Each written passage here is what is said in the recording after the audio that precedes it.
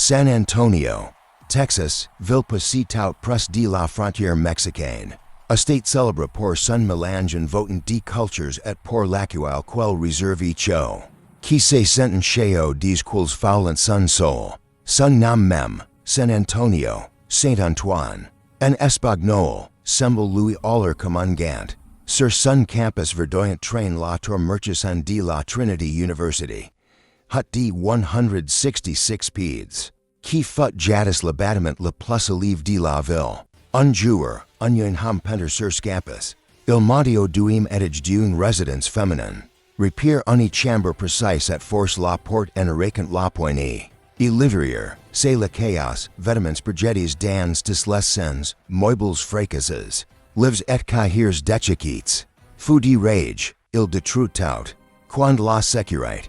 Alerti par le vacarme, finit par river, il estate assis sur le lit, en pleurs. Une canette de soda renversée entre les mains.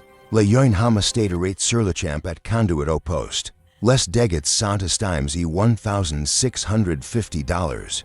La tour de cette furie s'appelle Mark Howton, 22 ans. Il vient de perdre que, sa petite amie et n'arrive plus à contenir sa douleur. En entrant dans sa chambre, il est craque. Pendant son interpellation, il sanglote et répète sans cesse le prénom de que.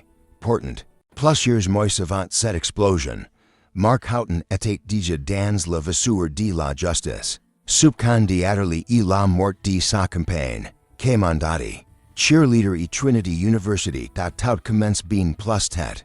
Kaylee Anita Mandati not le 26 out 1998 Webster. Texas, done per, Talik Mandati, hot dirigent international chez MGM Resorts.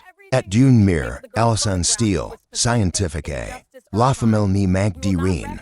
Quand ses parents divorcent, Allison se remarie avec Lawrence Butland, ingénieur Elon Assa. Ehlers QK Ninans. Malgré la séparation, elle reste proche de son père biologique et adore son beau-père.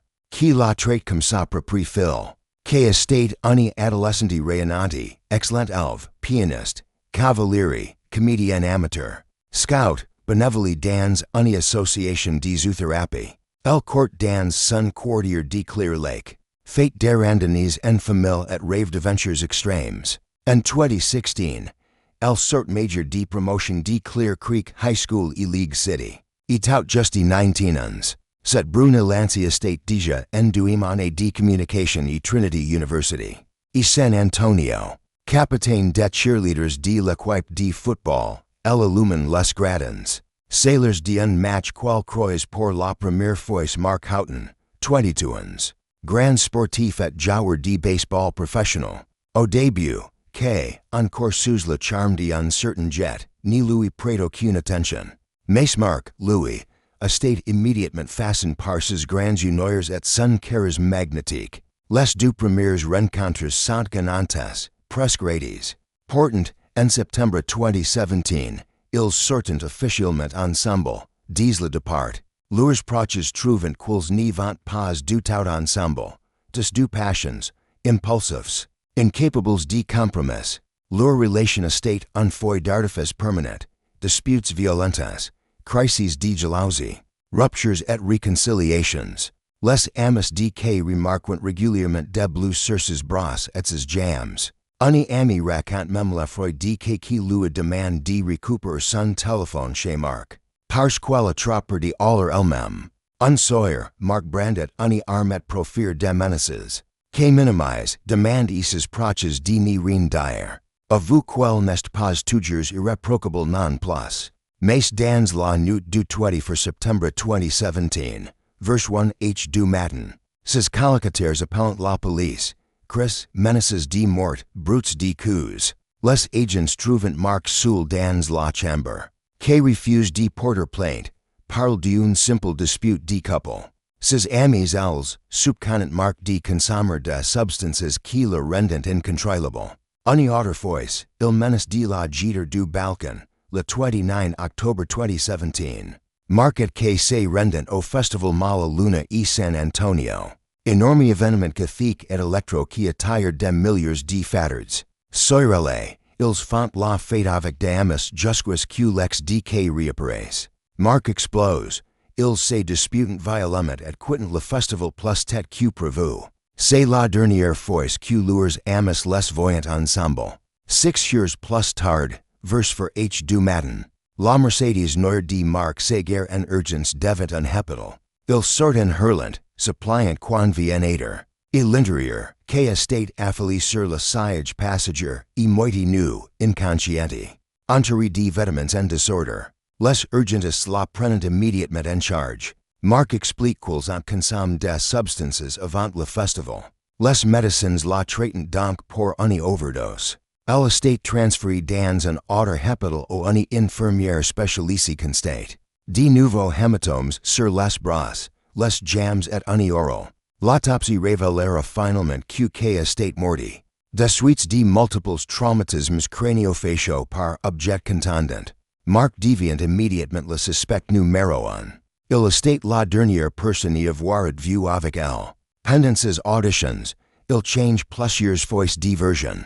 Les caméras de vidéosurveillance le montrent avec Kaye dans des endroits.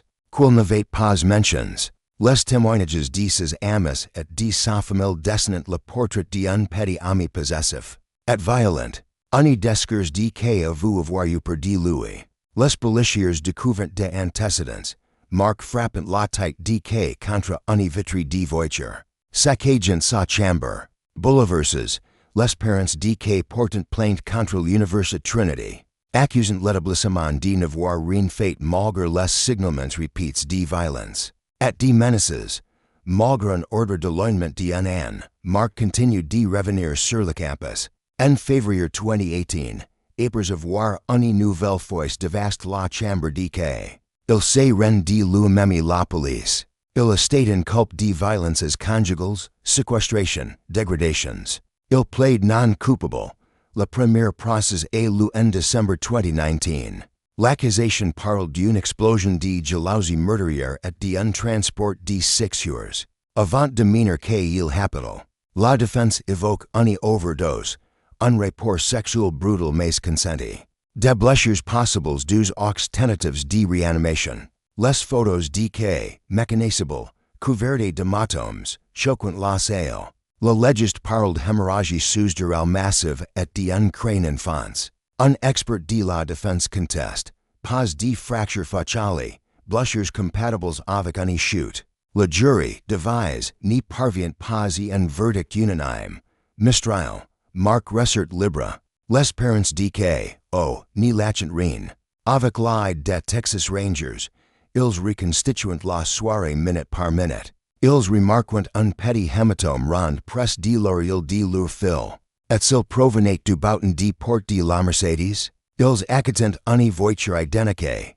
Prenant des photos, confrontant les preuves. Le GPS montre que le couple estate reste plus d'une heure dans un parking désert. Près du siège de Whataburger. Pour les enquêteurs, c'est elle qui tout s'est joué. Le second procès débute en juin 2023. Les charges sont alourdies. Coups et blessures graves ayant entraîné la mort. Homicide par négligence criminelle. En 2023, Marc Howton estate enfin reconnu coupable.